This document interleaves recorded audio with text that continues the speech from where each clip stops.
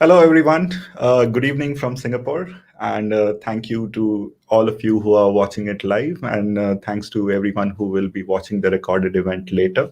So I wanted to, increasingly over the last couple of streams, I have been noticing a trend wherein there are more and more people from all over the world who are joining us live or watching the recordings for the event. So I want to really thank each and every one of you.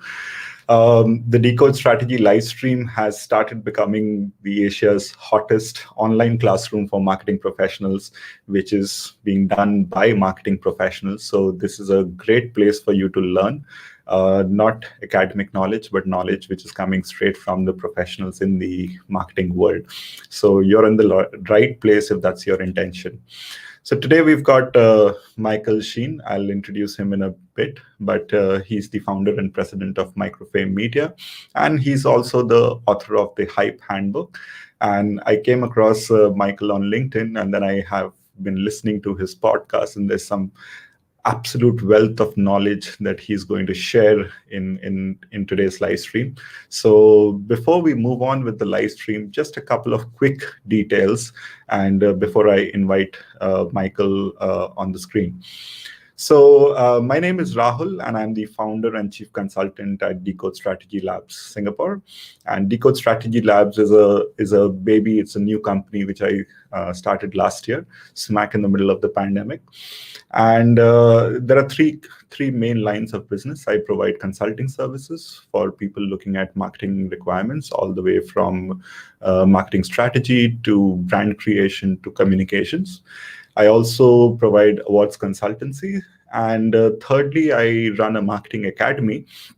And as a part of the Marketing Academy, I'm doing these live streams. I run a YouTube channel where I provide a lot of, I make a lot of content on marketing and teaching people how to do it better. And I also run a strategic marketing course, which is available online on my website. So if you haven't seen the details of the course, I think you should go check it out. And great, this week is the week where you can apply for the scholarship. And I'm offering the entire strategic marketing course to you at a $1 scholarship, but there's a trick. You have to prove that you are someone who really deserves the course. So if you are interested in the course, and if you really want to learn, and if you can prove that you are someone who is eligible as well as interested, then this course will definitely be provided to you. So do visit the website and check out the details about the course. There are a couple of events which are coming up. I've got Michael here. I've got Maitri Patki, who will be joining us in a couple of weeks, and she'll be talking about the art of observation. And then I have Dhiren Amin, the CMO of Kraft Heinz Asia. He'll be talking about building a full marketing mix mindset.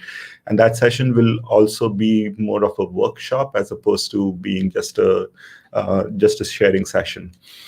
Lastly, I think there's a lot of effort which goes into bringing this show to you almost every other weekend. And there's a lot of effort on the part of the speakers, and there's a lot of effort that goes on our part as well to try and make this possible, and to bring that learning experience, to bring some of the most influential speakers and authors and professionals from around the world. So if you want to stay updated with upcoming events, do follow the Decode Strategy Labs LinkedIn page, where I keep posting about the events. And you can subscribe to the YouTube channel. There's all the live stream recordings are available on the YouTube channel. So you can check out all the old recordings over there. And you can also see all the other content which I have been sharing on marketing. And most importantly, if you do enjoy the content, please tell others about it. Share it on your, with your friends, with your WhatsApp groups, on your LinkedIn page, and spread the word. And if you have any speaker or a topic that you have in mind, or if you are a speaker who would like to be featured on the show yourself, then just reach out to me on hello@decodestrategy.com. So on that note, let me add Michael to the stream. Hi there, Rahul. Hey, hi. Hey there, how are you? Wonderful. So it's late in the evening over here and early morning for you out there. You got me bright and early on a Saturday morning, so I'm really dedicated to being here. Awesome. Awesome. So, Michael, I would, it would be great if I've been listening to a lot of your podcast, and there are some very interesting stories from your early days around your earlier attempt to become an author, as well as some of the lessons which you learned out of failure. So maybe, if you could start with a little bit of a background to yourself and the journey which finally got you to this point where you decided to write the Hype Handbook. And then we can move into today's topic where, you can share the success secrets from these greatest influencers of the world that you've met. Sure. Well, the two topics are really only artificially separated. They're very closely related because it's ironic. I own a marketing agency, or at least most people think of it as a marketing agency, just like you. Excuse me. However, the reason that I got to where I am, and I wrote this book, the Hype Handbook, that was published by McGraw Hill, is because I was terrible at marketing, terrible at sales, and had no inclination to be involved in business at all. And that's how I ended up with a marketing agency. So how did that happen? When I was a kid, I was only interested in doing really artistic kind of things, or at least what I thought was artistic. I wanted to be a novelist and write fiction early on. I even wrote a book when I was 18 that was kind of a teenage driver's manual called Teenage Roadhogs. It was published, but it sold, I don't even know, probably 10 copies. I mean, it sold terribly. And then I got really interested in music. and playing in bands, and I played in punk bands, which are a little bit mischievous. So when I graduated college, I told my parents, my poor parents, that I'm going to go to New York City and change rock and roll, and they were not pleased, and there were a lot of difficult conversations. But that's what I tried to do, and I was probably a little bit more successful than they expected, considering I couldn't really sing. But yeah, there was a club in town called Arlene's Grocery, which was just a small club, but a popular club, and we would sell it out regularly. We got ourselves on TV at one point, but ultimately it broke up, right? But the way that we did that was by hyping things up. We never called it marketing. I never thought of the word marketing, but we just sort of had an intuitive understanding of what got crowds of people interested and engaged, and it was usually through sort of a mischievous approach. Right. So when that band broke up, I got a corporate job and kind of lost that rock and roll artistic side of me for a while until I finally left, and I decided I was going to be a freelance copywriter. Right. So I eventually decided that because I was a good writer, that was all it took.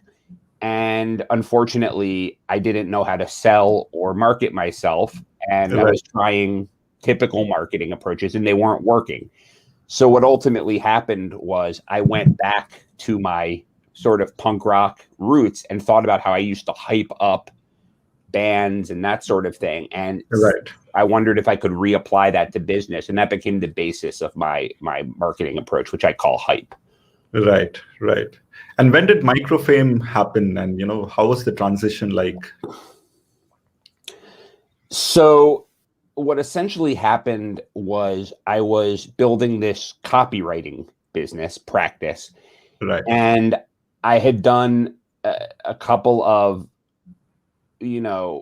kind of mischievous antics and strategies that got me known. But then I started to really dig in and say, is there an approach that I could systematize? Everyone else is studying search engine optimization and A/B testing, and all of those things are great tools. Right. But what if I could understand the crowd psychology behind all of this? And what if I could look at the people who did it most effectively, even if they were bad people, some good people, bad people, mediocre people, but who attracted a lot of attention. Right. And what if I could reapply that to my business in an ethical way? And it turned out that I did that so well and was so my approach became so consistent in driving business that Right. what I realized was people don't hire writers in business because they want good prose. They hire them to get a sales result. And so Correct. eventually people wanted the marketing more than the writing itself. And I guess I had the good sense to recognize that opportunity and recognize that there was more opportunity in, working with companies to do their whole campaigns rather than just writing Right. individual pieces. So that's how it became an agency. Awesome. And so that, because my audience is largely Asian as well. So just to have a context, what are the kind of clients and kind of projects that you've been into at Microframe? So there's often a difference between the clients that you start out with and then what you expand into. I've found that it's hard to be everything to everybody. And you can build a business around a specific kind of client that you're best suited to serve. But when word gets out that you do a good job, other kinds of clients will want to work with you. So we worked originally with consultants, anyone selling ideas instead of physical products. And the reason that was our main market, and we defined that broadly. I mean, that even included certain publishing companies that had an educational arm and this kind of thing. Right. But I remember sitting in a meeting with a very different kind of company in the early days. And I told them about my home method. And the owner of the company said, that sounds great, but I've been doing direct mail for 20 years. Why should I do this now? And I said, I don't know why you should do it. If it's working for you, do it. And what I realized was if you're selling physical products, our methods might be helpful, but it takes a lot of convincing, right? Yeah. But if you're selling ideas, that your success is a function of whether or not you're perceived as the ultimate authority in your niche. And a lot of idea-driven companies and consultants struggle with that every day. They say, hey, I'm looking at, I don't know, my contemporary who's a big star, who's on the cover of magazines, and my stuff's every bit as good as theirs. But the problem is I'm not speaking. I'm not known as this sort of contrarian figure. So it just made sense to start with consultants. So we worked with a group that I was very proud to work with called the Medici Group, with this gentleman, Franz Johansson, which is a great innovation consulting company. Worked with United Methodist Publishing House, all of their thought leaders. And then we expanded. I mean, we've worked with a lot of tech companies, but they're all idea-based businesses. Right. Awesome. So I think I'm looking forward to applying the handbook to my own idea-based business as well. Yeah. So what I'll do is I'll remove myself from the screen, and you'll take the center stage for the next 25, 30 minutes. And I'll pop in if there are any questions that I want to interrupt, or if there are any other reasons I want to, probe or something. Sure. So over to you for the next 30 minutes. Great. Yeah. Well, hey there, everybody. So thank you, Raul. I want to talk to you all a little bit today from the perspective, as I discussed before, of a guy who figured out how to be pretty successful at drawing attention to myself and driving business results by attracting a lot of attention and driving a lot of emotion around what we do, who was not naturally good at sales and marketing, and so had to use, a different approach. And so I told you my story about how I was kind of an artsy kid and I had no knowledge of sales and marketing and this and that. And I think that gave me a unique perspective, because when I did go and enter the business world and go ahead and try to start my own copywriting company and then agency, the first thing I did was what probably a lot of you do, I'm assuming. I studied formal marketing because I had been in the corporate world for a long time, in between that period. And what I did was I studied the tools of marketing. And this is why I don't like to use the word marketing. I use the word hype, and we'll talk about that. But I studied search engine optimization. I studied social media marketing. I looked at HubSpot. And I couldn't understand why I wasn't growing, why I wasn't driving business. I was burning through my savings and all of these kinds of things. And what occurred to me was that a lot of times when we think about marketing, even though it should fundamentally be about how do you accomplish your business goals, how do you ultimately get sales and drive enough attention to get sales, I was focusing on the tools. It's kind of like if you were building a cathedral and you focused on the hammers and the nails and the saws, that stuff's very important. And if you have better saws and electric saws versus manual saws, you're going to get your work done faster. But ultimately, you have to understand architecture and engineering and those fundamental principles. And those have not changed much over history. So it occurred to me that if that wasn't working, I needed to study people who have systematically driven a great deal of emotion from a whole lot of people to accomplish a certain goal. So I started to study people who weren't conventional marketers. I started with a lot of people in the entertainment business because certain aspects of entertainment, before they get formalized, are often driven by mavericks, right? The early days of Hollywood was a good example. Now Hollywood is huge business, but in the early days of the movie business, it was kind of a maverick business, and people did all kinds of publicity stunts and things like that to get attention. I looked at the music industry, but then I even went farther. I said to myself, there are all of these people that we don't think of as good people, quote unquote, right? Cult leaders, for example, propaganda artists, people who,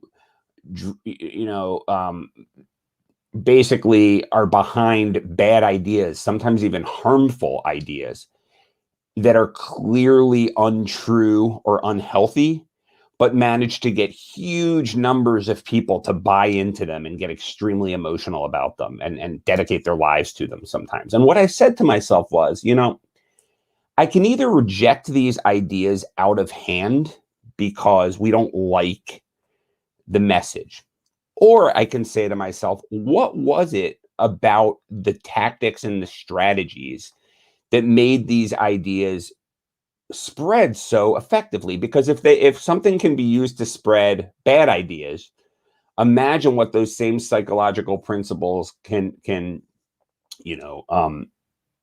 be used to spread good ideas.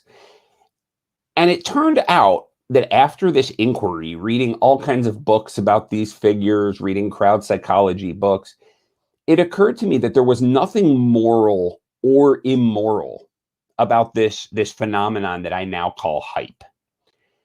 That human beings do not see the world accurately. We see the world the way that evolution designed us to spread our genes and survive, or I should say survive and then spread our genes. And as a result, we're bombarded with all kinds of stimuli all day long. However, if we pause to accurately assess all of that stimuli every single time, we would be paralyzed. So nature has really wired our brains to do mental shortcuts and calculations in that way about probability. Is this more probable to be true? We're also very social creatures. So nature looks for ways to bond us to our group. So I looked at these methods, and it turns out that these methods can be reapplied, and you can match the right marketing tools to them, but they're universal. So that was what I based my agency on, and where our growth came from. Now, I also wrote a book, as Raul talked about, called the Hype Handbook, where I basically lay out how do you implement these strategies in a very systematic way. And I should define hype versus marketing. I define hype, which in English is usually considered a negative word, but I've sort of taken it back. And I define hype as any set of activities that you can use to get a large number of people highly emotional so you can move them in any direction you want them to go. And that direction can be very negative. It can be a suicide cult and getting people to join a horrible suicide cult. It can be very positive. The civil rights movement had a lot of hype artists, and it can be completely neutral. But what I realized in my studies was that on average, a lot of the quote unquote bad people, the narcissists, the sociopaths, the people who don't have other human beings' best interests at heart, they tend to be on average a little bit better or quite a bit better at mastering these tactics. And it's not because the tactics are negative, it's because they see the world the way it really is, rather than allowing emotions to get in the way. So the reason I wrote this book after years of using these strategies in an agency is that I wanted to make the case to the rest of humanity, the people trying to do the right things, that not only is it okay to learn how these extremely influential people have gotten what they wanted out of life, but it's our moral imperative. Because all of the quote unquote bad guys have been doing it for so long and just come to it very naturally. And that puts the people with great businesses, great art, great causes at a disadvantage, because we don't understand on average as naturally, and I certainly didn't until I studied it, how human nature really works. So what I'd like to do during the time that we have left before the question and answer is, out of the 12 strategies, because there really are 12 strategies that you see occur over and over again that these hype artists use, I'd like to discuss 3 that I think you could put into practice pretty immediately, and that really will give you a feel for the kind of thing that we're talking about here. So the first strategy that I'd like to discuss with you today, that these very, very influential people, these people that I call hype artists, use time and time again with different packaging, is a strategy that I call make war, not love. And I'm going to tell a personal story, one that sort of piggybacks on what Raul asked me to talk about, that really shows you how effective this can be. So when I was starting out, and I made the transition from, a freelance copywriter who was making no money to a successful freelance copywriter who was doing well enough to start an agency, the pivotal moment was when I picked a fight with a prominent guru in my space. And this was when I had decided I was going to change my approach and be more of a hype artist and less of a typical marketer. In my space in the United States, I don't know how well known this gentleman is in Asia, but in the US, there's a gentleman named Gary Vaynerchuk, and he made his name by starting a digital wine business and really promoted himself as the face of this business. But where he really, really made his mark is that he became this sort of motivational speaker and marketing guru. And he was everywhere. Had diehard fans. In fact, their fans called themselves the Vayniacs. They were a very, really, tight-knit, diehard crowd that rallied around him.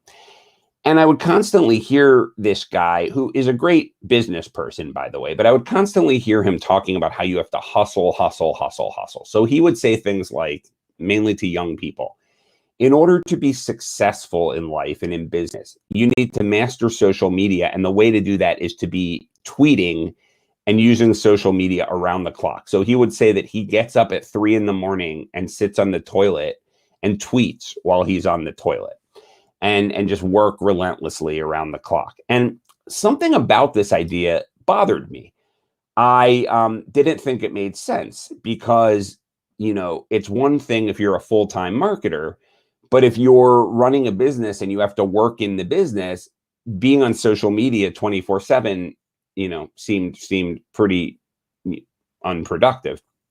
Plus, the idea that the only way to become successful is to work so hard that you don't even have time to go to the bathroom without working, didn't seem to make a whole lot of sense to me. So I wrote an article, and I was really struggling financially at the time, but so this was a risk, but I wrote an article called "Why Gary Vaynerchuk is Flat Out Wrong."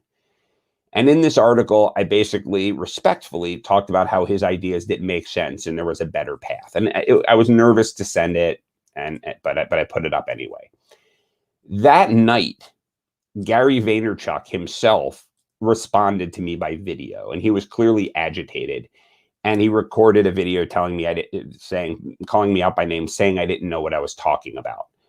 And then all his followers started to blow up my feed and talk about how I didn't know what I was talking about and I was an idiot. And I was worried. I thought that I had really hurt my career. But what happened next was fascinating. All of these people came out of the woodwork and started attaching themselves to me. It turned out there were a lot of people out there who felt exactly like I did, but they didn't have a tribe or a leader to latch onto. And they now had that leader in me. So, and that was the start of my career. Everything came out of that. So why am I saying this? If you take nothing out of this presentation, the pivotal hype concept, the pivotal mass psychology concept that you can use to build your business, that almost every prominent, influential, person uses, people you would consider influencers, is picking a fight. And I don't mean necessarily with a person, although that's one way to do it, but human beings, and there's been a lot of research on this. It's because of the way we evolved, during a climate change event. We can talk about that, but that's a little in depth for now. But human beings are much more attracted to being against something than we are being for something. So and that's on a chemical level. Oxytocin, which is the brain chemical that makes us feel warmth and closeness to other human beings that we perceive to be like us, whether that's because they're our family members or someone who has an artificial designation like being from the same country, is the same brain chemical that makes us dislike people we perceive to be not like us. And this phenomenon is behind some really ugly stuff. I mean, it's the phenomenon behind racism. It's the phenomenon behind nationalism. But it's the reality. So we can either reject that or use it for good. So what I want you to do when you get off this call or off of this session is to ask yourself two questions.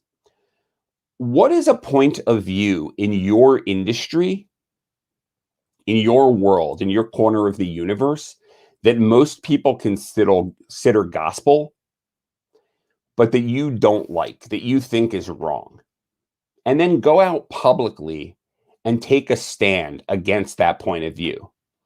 The flip side of that is, what's a point of view that people in your industry commonly hold that you are what's a point of view in your industry that you've believed for a long time, that you're 100% confident is the truth? Not 98%, but 100% confident is the way things should be done, that other people in your industry typically disagree with. And if you go out publicly with those ideas, there are a whole lot of other people who feel the same way you do, but don't have the courage and don't have the leadership to latch onto. And that is a wonderful way. If you consistently pick a fight with those dominant ideas in your industry and draw a line in the sand, that is a wonderful way, a very effective way for people to latch onto you and form a tribe around you. And when you can be at the head of a circle, the head of a movement, the head of a tribe, everything else follows from that. So how do we tactically take advantage of this? Well, and this is the second hype principle that I want to discuss today.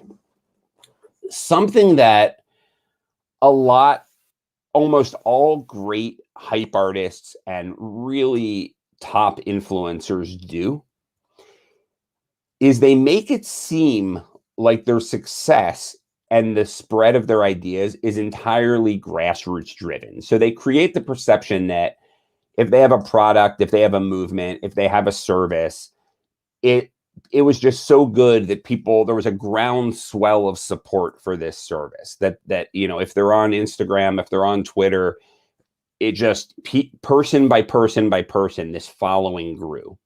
And some of that happens. But what typically happens much more frequently is that while these influencers are creating that perception, underneath the surface, they're building what I call a secret society. They're nurturing a network of relationships with extremely well-placed people with big followings of their own who can pull the strings and expose their ideas to a ton of people. And this has gone on well before, the age of the internet. So I'm going to give you a couple of stories, one from my part of the world and then another one from your guys' part of the world. But there's a gentleman named, so I did a talk in China a couple of years ago. And I was up on stage and I was going to tell this story. And first I asked the question, when you think of the quintessential American breakfast, the stereotypical breakfast that Americans eat, what is it? And I called on a few people and they all said bacon and eggs. And it turns out that before the 1920s, Americans did not eat bacon for breakfast. That was just not a breakfast food. And the fact that changed was all due to this gentleman named Edward Bernays. Edward Bernays was known as the father of public relations. He created the term public relations. And he was responsible for all kinds of big movements in American history. One of his campaigns is the reason that women smoke, for example. It was a big taboo before him. But one of the things he did, he was hired by a client called Beechnut, who was a major pork producer in the United States. And he was tasked with getting Americans to eat more pork products, getting them to eat bacon. So he could have gone out and he could have gotten, Beechnut in newspapers. He could have done billboards. He could have done newspaper ads, but he didn't do any of that. Because Edward Bernays had spent a lot of time cultivating relationships with very well-placed people. And so one of these people was a physician and an academic who was really highly respected, and maybe he shouldn't have been, but based on what you're about to hear, but he was very, very highly connected and highly respected in the medical world. So Edward Bernays got this guy to commission a study that the result of this study was that bacon is the perfect breakfast food because it replaces the energy that you lose during sleep. Now, we know that isn't the case, right? I mean, that bacon is pretty bad for you, actually. But this study was commissioned, and he sent the letter and the study to 5,000 other doctors. So before long, 5,000 doctors across America were telling their patients to eat bacon to be more healthy. And as a result, without one advertisement, the eating habits of a nation were transformed, and Beechnut made a whole lot of money. So why am I telling you this? Because a lot of times we focus on what kind of marketing should we do to build a following? Should I be on Instagram? Should I be on Clubhouse? Should I be on Twitter?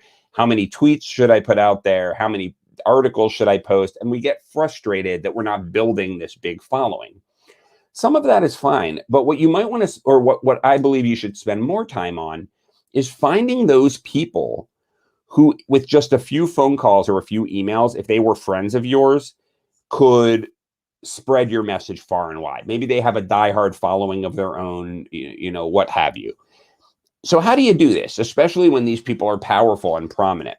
What you want to focus on is giving up things that are cheap for you to give up and extremely valuable to other people. So everybody in the world, even if they're billionaires, have something that's valuable to them. And every person in the world has something that they can give that's valuable to others. So I used to write a column for Inc. magazine, and I got the opportunity to interview a gentleman who started from scratch a company that drove $500 million in revenue a year.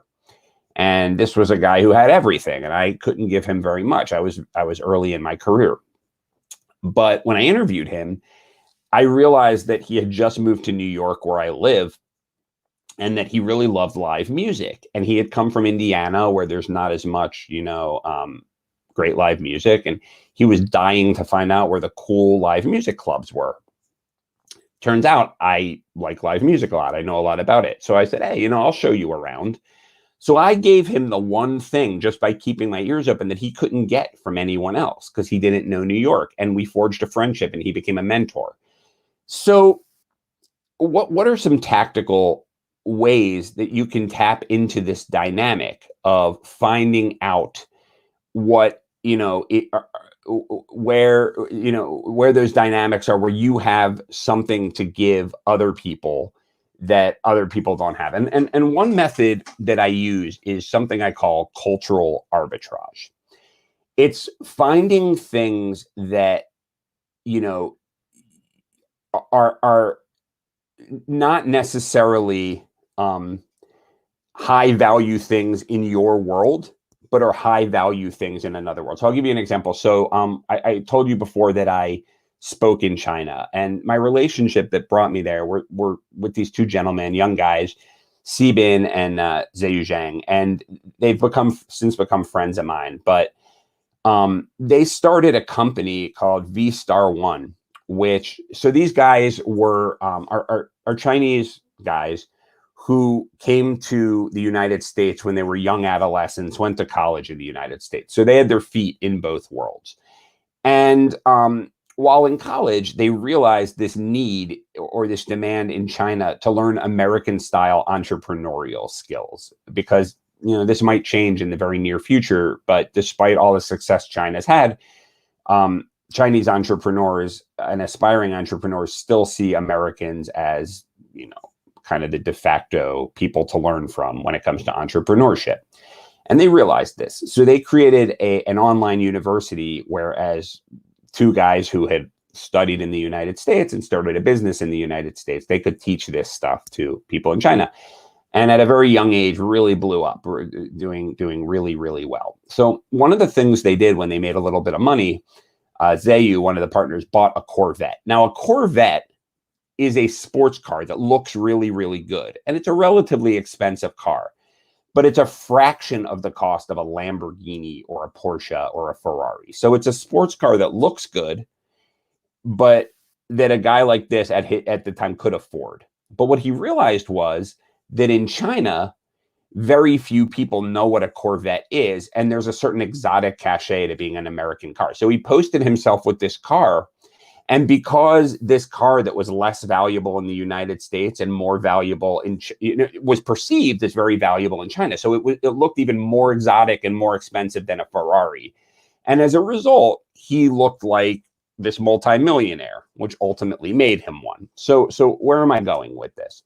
You want to look for opportunities for cultural arbitrage. If there's somebody that you really want to get to know, whether you notice them on social media or you notice them just in reality, to form this relationship, you want to say to yourself, what's something that's pretty commonplace in my world that if I offered it to someone in my field or, someone just like me, they would say, what's the big deal? But in someone else's world is a really big deal. So I might be a computer guy, and if I offered my computer skills or my ability to fix computers in the IT space, that would be no big deal.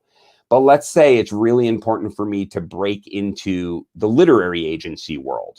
Typically, literary agents and editors are not very good with computers. So if you can position yourself as the guy who helps everyone with their computer problems in the literary agent world, suddenly everyone will want to know you just for this skill that to you is very commonplace and to them isn't. So, go out into the world, use social media to identify really prominent people, and then just do some research on what are some areas that in their world are extremely valuable and in your world are very commonplace. And you'll be amazed how quickly you'll be invited into these worlds, and you can begin to build this sort of core of prominent individuals who can pull strings for you. The last strategy I want to talk about, and then we can open it up to some Q&A, is a strategy that I call perfecting your packaging. So there were these students of propaganda called Aronson and Propagandists. They're the academics who really studied propaganda, political movements, cults of personality, things like that. And they had a great quote that I wrote on my wall, and it said, "The essence of propaganda is a well-designed package." So what they mean by that is that this isn't about, your logo and your PowerPoint deck. This is that external surfaces that run through everything you do are extremely vital to creating a huge amount of emotion and energy that will get people to buy from you, whether what you're selling is a political ideology or a set of products. So what you need to do is figure out, what is that thing about you that is truly unique and that could seem larger than life? And don't just weave that through how you present to the world once in a while when you're in a business meeting, when you feel like it. It's not about putting on a blazer when you go to a conference and wearing sweatpants the rest of the time. It's about creating almost this cartoon character version of yourself that runs through everything you do, so that when people see you or encounter your message, they automatically know who you are. So, we can think of Richard Branson, the head of Virgin Mobile. He has a very consistent, almost superhero image where, he lives on an island that he owns. He, for fun, takes hot air balloon rides across the Atlantic and drives around on jet skis with supermodels on his back. This is not by accident. This is a carefully, cultivated image, because his business, Virgin, is about risk taking, about fun, about a perception of yourself. If you fly Virgin Air, you're flying Virgin Air to have that adventurous experience, not just to get from point A to point B. And so in everything he does, he comes across as this adventurous, larger than life character. But what if we're not an adventurous, larger than life character? Most of us aren't. In that case, what you want to do is look at your weaknesses and your insecurities and flip them into strengths. So a lot of times we focus on telling people how great we are and talking about our strengths. And the problem with that is, while that can be useful, most of us have strengths that are a lot like other people's strengths. I'm a really good writer. Well, that's great. You can say that. I'm a really good designer, but so are a lot of other people. However, usually your insecurities and your weaknesses are yours and yours alone. And it's amazing what I've studied and learned with all of these kind of people, is that a strength and a weakness is usually just two sides of the same coin. So there's an artist who's pretty, I don't know how well known he is in Asia, but pretty huge artist, certainly in the United States. He was named Andy Warhol. He was prominent in the 1960s. And he was really well known for not just his art, but for his persona. He had a silver wig, this really obviously fake silver wig that he wore everywhere. He had a really strange way of talking. He would give like one-word answers. He always surrounded himself with this cast of very bizarre characters in this studio he called the Factory, that was wrapped in tinfoil. And it got him a lot of news, a lot of attention. And you might ask yourself, why did he do that? And he's known as a very good marketer and hype artist. Well, when Andy Warhol was young, he really didn't fit in. He was a child during the World War II era, and all of the things about him, other than his art ability, that was very good always, for that era were considered weaknesses. So he was pathologically shy. He would have probably be considered to have social anxiety disorder now. He was gay. He was and he was quite obviously gay. He had kind of a feminine demeanor, and this was World War II, and being gay was a criminal offense and very looked down upon. He started balding very, very early. So these he could have just kind of tried to hide this, tried to minimize this. But what he did is he used these all as the cornerstone of his persona. So let's look at the shyness. It's tough to be shy in the art world because you're constantly being called upon to talk about your work. But the thing about Andy Warhol is he would paint strange things for the time. Like he would paint pictures of Campbell's soup cans, for example. And the press would ask him, why are you painting Campbell's soup cans? Which was a weird subject for a painting. And he would look at them and he would say in a very timid voice, I like soup. So before him, artists would talk and talk and talk about the meaning of their art. He would just say in a quiet voice, I like soup, and then walk away. And the press would just be enthralled. What did he mean? Was there a hidden meaning to what he had to say? His silver wig, he was balding. So he could have either just had a bald head, or he could have gotten a toupee, a cheesy looking wig or whatever.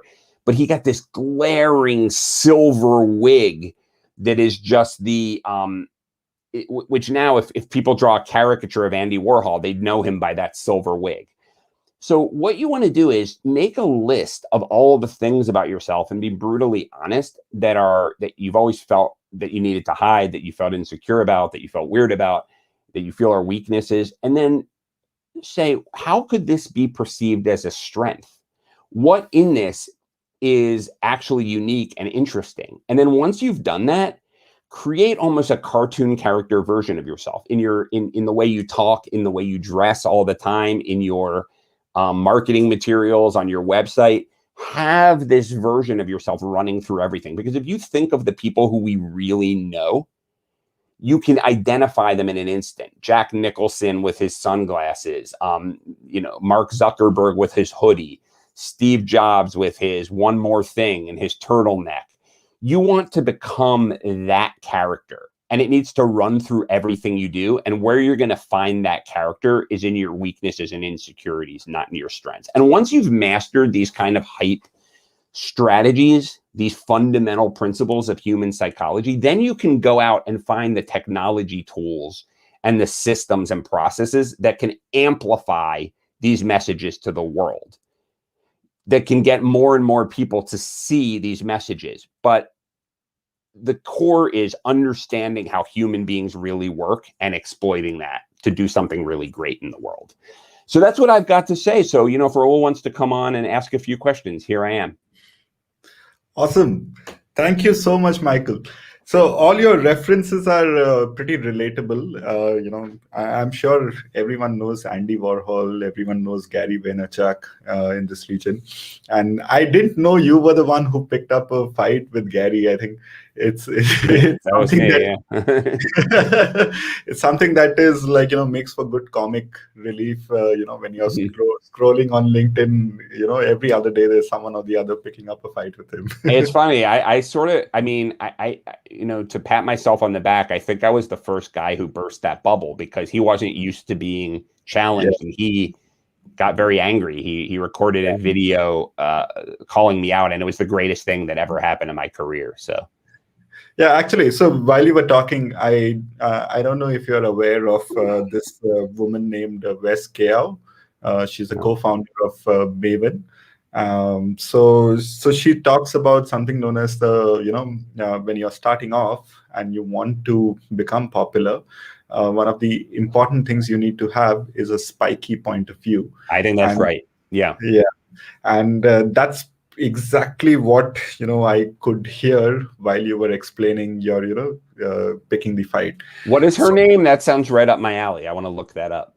Yeah, so I can her name is Wes Kao, so that's spelled as WES and KAO, Kao, and she's the co-founder of Maven. She's the other co-founder along with this gentleman who had founded Udemy, and both of us are trying to transform, the online education system. So I've got two questions. The first one is a quick one, and maybe the second one is more on the application. So there's a sub part to that question. So the first one is just like I was jumping on my seat, and I'm still waiting for the delivery from Amazon for your book. So so I can't wait to hear more after hearing the first three strategies. So if you can give us a little bit of a sneak peek of what to expect, what else is there, and how have you structured your, because you used the word hype, you didn't use the word marketing, and at the same time you've used the word handbook, and there's a lot of thinking that goes into titles. So maybe you can elaborate and tell us more about it. So, yeah, it's a great question. I mean, when I got really serious about studying how this kind of mass psychology that I call hype really works, when it wasn't just something I was doing by gut instinct, I said to myself, I'm really going to look at the wide swath of people who I've noticed are just great at getting a visceral reaction from lots of people. And what I want to find out is two things. One, are there really commonalities? Because, with some phenomena, it could have been that what I would have found was that it was all over the map, that there are just some people who are natural at this stuff, but there's no real method to the madness. They're just good. They just have a knack. And in that case, there's nothing to teach. You just have to get good at it and hope for the best. But the other thing I wanted to learn was, can this be done ethically? Like, if I look at a really bad person like Charles Manson, the worst person I write about in the book, the guy who started a murder cult, basically. Are the methods that he used to get these middle-class kids to do horrible things, are the methods themselves, when you take the message away, inherently evil? Because if that's the truth, I'll dedicate my life to stopping those methods from coming out, not to helping them. I didn't leave a corporate job to become a con artist. Or are the methods just neutral? So I learned that both things. So it turned out I would see the same patterns from Charles Manson to Warren Buffett to Martin Luther King to Richard Branson repeat over and over and over again. And there really were just 12 underlying strategies. You would see this same, and I did this by every time I would read a book. I stole this concept from Ryan Holiday. I would take notes in the book or an academic paper, and then I would sort what I learned, the notes, into categories. And there were no more than 12 categories. I would just see it over and over. And then I would, since I own an agency, I would run tests. Can I use these things for my own clients in an ethical way? And if something didn't work, it wouldn't make the cut, but if something did, then it was no longer just theoretical, it was practical. So it turns out, a couple of the other strategies in the book that I talk about, one that is used a lot is something called milk before meat. A lot of religions talk about this. They say, give the babies their milk before you give them their meat. And what that means is that human beings are very reluctant. If an idea is truly new, if it's not just an old idea repackaged, but if an idea is really groundbreaking and new, human beings are very afraid of change for good reason. I mean, if you're sudden change, not gradual change, if you're in the wild and everything turns red and orange very quickly, that's probably a fire. But if the trees turn red and orange over the course of 3 months, that's just autumn, right? So we've learned to get very scared. It's in our DNA. Cortisol gets released from sudden change, but you can introduce the same change very slowly and people will adopt it. So if you have something new, I talk about how do you couch your bold new ideas in commonplace language? How do you sort of roll it out slowly? On the same token, if your ideas, there are a lot of businesses out there that are really good at what they do, but there's nothing new about what they do. And that's okay. We think we all have to be new, but let's say you're a fantastic, accountant. Or financial consultant. Let's talk about consultants. And you're just so good at it. You can sit down with someone, and by the time you're through with them, they're going to know exactly how to create a financial plan that works for their business. However, that's not new. It's important, but it's not new. But to become successful, you need to appear new and groundbreaking. In that case, you want to do the exact opposite. You want to use all kinds of scientific language and frameworks and matrices and structures. We call it ear and eye candy. So the more an idea is commonplace, the more novelty you want to wrap it in. And the stranger an idea is, and the more unusual, the more you want to sort of smooth out the rough edges and introduce it slowly. So that's a concept. There's a concept called becoming a trickster that in your early stages, if you don't have access to resources, you need to engage in benevolent mischief. You need to not break the law, not break the rules, but cut corners, be a standout, be a jokester, attract attention. And the trick to this is knowing when to shift, knowing when to then become more formal. So speaking of Ryan Holiday, who's a big guru, when he started out, he was the ultimate trickster. He would spray paint his own billboards. He would just do all this crazy stuff. And now that he's gotten some wealth and gotten some prestige, he totally pivoted. He wrote a book exposing all of his tactics and then became this extremely serious proponent of Stoic philosophy, to the point where no one even remembers that he started his career as this prankster, right? So, I mean, those are just two additional ones, and there are a whole lot of others. Awesome. So my next question is more from the space of application. one of the things which I was a little torn about is I can understand the application when it comes to an individual brand, right?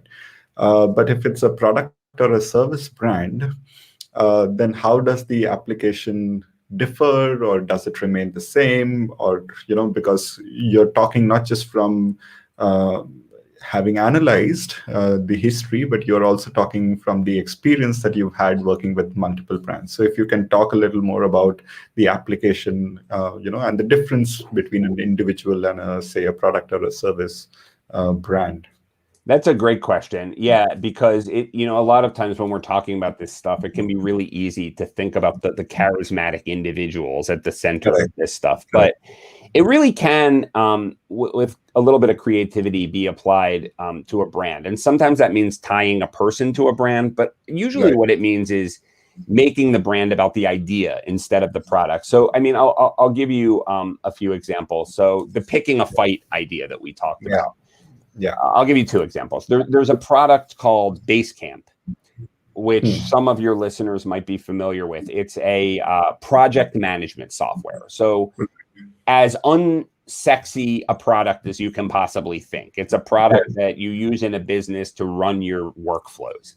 Right. And it was started by two guys, Jason Fried and David Hansen Heinemeier. They call him, So basically, they were competing against Salesforce, against these very large companies. Yeah.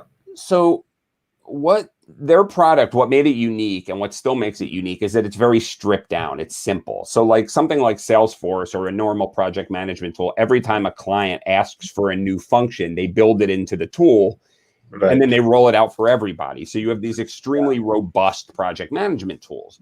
The problem is, for many people, they don't want all that stuff. They want something simple. But it was just commonplace in the industry to build all these functions in. So now these guys who started Basecamp could have said, yeah, our tool is great because it's simple, and some people don't want simple things. And that would have worked. That would have been okay. But what they did was much more clever, was much more hype. They picked a fight with the work culture, with modern work culture. They wrote a book called Rework, that basically said the modern culture of workaholism, the modern culture of complexity is a broken culture. Fire your workaholics, have a 4-day work week. Why did they do this? Because their solution to that was to have simplicity and elegance. And what was the obvious extension? It was buying their product. So even though Salesforce is still the major player in the space, Basecamp doesn't want to be the major player in the space. They had some bad PR recently for a different reason, but putting that aside, before that, people who love Basecamp, it's like a cult. People love Basecamp. They just are obsessed with this product and with these ideas. So that's an idea. Another idea, there's a subsection in the Trickster chapter that I call manufacturing momentum. And what that means is that we're often stuck in this loop where success attracts success. So people make decisions on who to follow based on their success track record, but it's impossible to get success if you've never had success. It's like the old thing where they want to hire you based on your experience, but how do I get experience if I've never had experience? Correct. So there's a company called Echo, a clothing company run by this guy, Mark Echo. It's now a huge company, but Mark Echo, it's like hip hop oriented clothing, like streetwear. Right. So when Mark Echo, the guy who started the company, first got big, he got a big break. Macy's, the huge clothing, the huge department store chain, gave him one rack in one store to prove himself, with. And he was really excited about this. But at the same time, if this one rack in a week didn't sell product, he'd be done. They wouldn't hire him again. So what did he do? He got his street teams. He had these kids on the street and gave them money and said, go buy my product. Because what he knew is that it wasn't about buying this product, but if they sold out that rack very, very quickly, Macy's would take that as a sign that they should expand the line. So that doesn't mean going around and lying and fabricating. What it means is sometimes in the early days, you need to generate this idea of momentum. Like, hey, look at this. I packed the club on a Wednesday night. Yeah. right? And that means for future Wednesday nights will be packed, but maybe you need to get your friends in there first. So those are just a few ideas of how this stuff applies to products. Amazing. My follow-up question, which you've already answered in the process, was that, what would the application even work if we were looking at something like a B2B space, which Yeah, I can mean, right. be Yeah. very boring and all. But This also, again, people are people. That's what I want to say. So in other words, we often think we're like, yeah, I sell insurance, I sell B2B, yeah, this stuff can't work for me. yeah, This isn't to say that you need to go follow the colorful examples of televangelists on stage rolling on the ground and faith healing, or rock stars, doing this. But what it does say is that human beings are still making these decisions. yeah, They're still driven by human psychology. right, And people forget that. They think because they're selling a piece of enterprise software that somehow this impersonal entity of a business is buying a product. They're not. There's someone deciding that. Right. And so within companies, it's the same dynamics. There's momentum, there's buzz, there's all of this stuff. And you need to generate that buzz, whether you're selling B2B stuff or hip-hop clothing. Yeah. And in fact, that example also reminds me of, the way Innocent Smoothies, they actually picked pace. So they started off at an event and they were successful, and, people liked the product. And then after a lot of work, they finally managed to get some shelf space at Marks and Spencer's, if I was not wrong. And that was a test for them, wherein, they had that space for the first month. And what the founders ended up doing was that they borrowed money and they went and kept on buying, from the 3-4 outlets where their product was shelved. They went and just kept on buying all the product to create that, momentum upfront. That's what's funny. A lot of times we accept the official story of how things happened. You know what I mean? Exactly. But there are often people pulling the strings behind the scenes. We just accept, this product, it's a phenomenon. It just got popular. It's a fad. What we don't realize is there was some very clever person who understands how human dynamics work, who realized that if they get just a few stores to get this stuff off the shelves, they'll get more orders. It'll look like they're more successful. And the buzz will then, start itself. Now, if you have a bad product, that's only going to last for so long. Right. The bottom's going to fall out, right? But you got to get the ball rolling somehow. Awesome. Absolutely fabulous. I loved each and every single example. I loved each of the different, secrets that you've shared and how someone can go about applying them. So wonderful. I personally relate to this even more, because the moment I got to know about you and I started listening to your podcast, there was this a younger version of me as a kid, new in the advertising world. And I used to always get fascinated by, these people and a lot of characters in history. And the term which used to play in my mind was mass hypnosis almost. A great substitute. And that's exactly it. That's the sort of dynamic that I'm talking about. Yeah. And I'm so glad that you went and did, you studied the people, but you also studied the science and the psychology behind it. And then you finally brought it all together into a very handbook, which is really applicable. Yeah. So thank you so much, Michael, for your time. I think we've overshot by a couple of minutes. It was a lot of fun. Thank you for having me. I'm glad we did. Yeah. Yeah, but this was really, really good. I loved every single moment of this, presentation and this little chat that we had. So on that note, just a quick reminder for all the viewers who are watching. If you want to stay updated with all future events, you should follow the Decode Strategy Labs page on LinkedIn. I keep on announcing all the events pretty well in advance on the page. You should definitely subscribe to the YouTube page. If you are, where else would you get to know experts and listen to experts like Michael and, give such an elaborate, detailed presentation. So on that note, thanks a ton, Michael. Have a wonderful day. It's time for us to pack up for the day in Singapore, and lovely having you on the show. It was such a pleasure to be here. Thanks, Ro. Awesome. Bye-bye. See ya.